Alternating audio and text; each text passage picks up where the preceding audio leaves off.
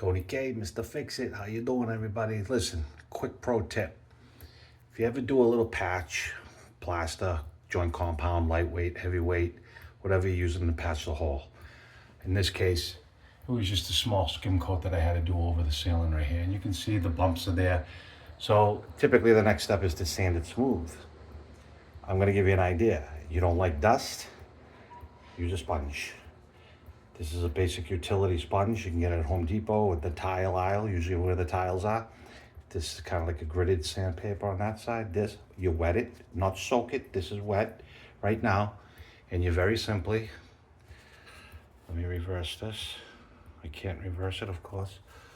You just simply go over it back and forth. You can use the sandpaper edge, and it's wet. So what it does is it activates the compound, the joint compound, and it doesn't create dust. Instead, it just goes on your sponge. So I just knocked off the big part, flip it over, and now we just go back and forth around the outside, feathering in the thick ends to the wall. You want to feather it in so there's no bump here. When you paint it, when you paint this, you could get little bumps and you'll be able to see your patch. You don't want to do that, so make sure you get your outer edges really good. And see that? I'm making it disappear. It's going bye-bye. Now the next thing I'll do before I paint this back in permanently is I'm gonna do what's called spot paint. I'm gonna take the paint that you use in here with a paintbrush and I'm gonna go over all these patches. You can see I'm doing over here.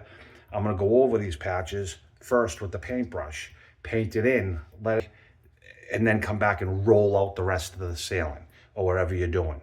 That way you don't have what's called flashing. It helps with flashing. If you just rolled right over that and you left it one coat, you're gonna see it. You're gonna tell the difference between that and the rest of the ceiling.